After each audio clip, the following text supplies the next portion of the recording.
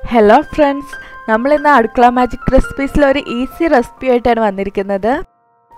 വെറും 3 ചേരുവകൾ മാത്രം ഉപയോഗിച്ചുകൊണ്ട് 2 മിനിറ്റ് കൊണ്ട് നമുക്കൊരു കണ്ടൻസ്ഡ് മിൽക്ക് ഉണ്ടാക്കിയാലോ.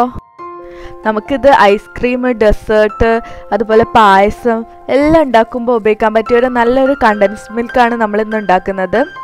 ഈ മിൽക്ക് മെയ്ഡ് ഉണ്ടാക്കിയെടുക്കാൻ വളരെ എളുപ്പമാണ്. വീഡിയോ കണ്ടു നോക്കിയിട്ട് എല്ലാവരും ഒന്ന് ട്രൈ ചെയ്ത് നോക്കുക. എന്നിട്ട് നിങ്ങളുടെ ഫീഡ്ബാക്ക് എന്തായാലും കമൻറ്റ് ബോക്സിൽ അറിയിക്കണം. അതുപോലെ നിങ്ങൾക്ക് ഈ വീഡിയോ ഇഷ്ടമായ നിങ്ങൾ ലൈക്കും ഷെയറും ചെയ്യാനും മറക്കരുത്. നിങ്ങൾ ഇതുവരെ ഈ ചാനൽ സബ്സ്ക്രൈബ് ചെയ്തിട്ടില്ലെങ്കിൽ ഇപ്പം തന്നെ സബ്സ്ക്രൈബ് ചെയ്യില്ലേ. അപ്പോൾ നമുക്ക് കണ്ടൻസ്ഡ് മിൽക്ക് ഉണ്ടാക്കാൻ തുടങ്ങാം. അതിനു മുമ്പ് അതിൻ്റെ ഇൻഗ്രീഡിയൻസ് ഒക്കെ ഒന്ന് നോക്കണ്ടേ. നമുക്ക് 1/2 കപ്പ് പാൽപ്പൊടി വേണം, 2 ടീസ്പൂൺ ബട്ടർ വേണം. ഞാനിവിടെ അൺസാൾട്ടഡ് അമൂലിൻ്റെ ബട്ടറാണ് യൂസ് ചെയ്തിരിക്കുന്നത്. ഏത് ബട്ടർ ആയാലും കുഴപ്പമില്ല, അൺസാൾട്ടഡ് ബട്ടർ ഉപയോഗിക്കുക.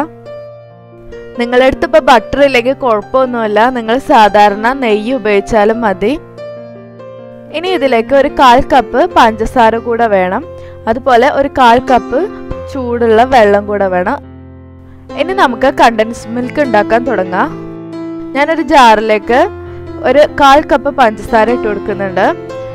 മിക്സിയുടെ ചെറിയ ജാറാണ് ഉപയോഗിച്ചിരിക്കുന്നത്. ഇത് നന്നായി പൊടിച്ചെടുത്തിട്ടുണ്ട്.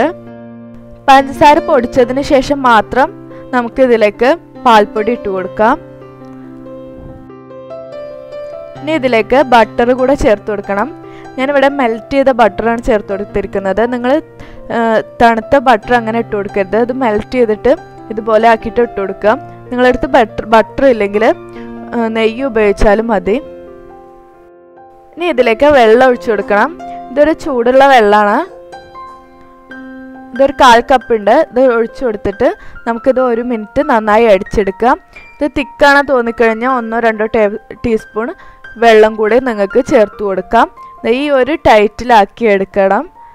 നിങ്ങൾ വെള്ളം ആവശ്യമുണ്ടെങ്കിൽ മാത്രം നോക്കിയിട്ട് ഒഴിച്ചു കൊടുക്കുക. 1-2 ടീസ്പൂണും കൂടെ എക്സ്ട്രാ വേണമെങ്കിൽ മാത്രം ചേർത്ത് കൊടുക്കാം. നമ്മുടെ മിൽക്ക് മെയ്ഡ് ഇപ്പോൾ ഇവിടെ റെഡിയായി കഴിഞ്ഞു.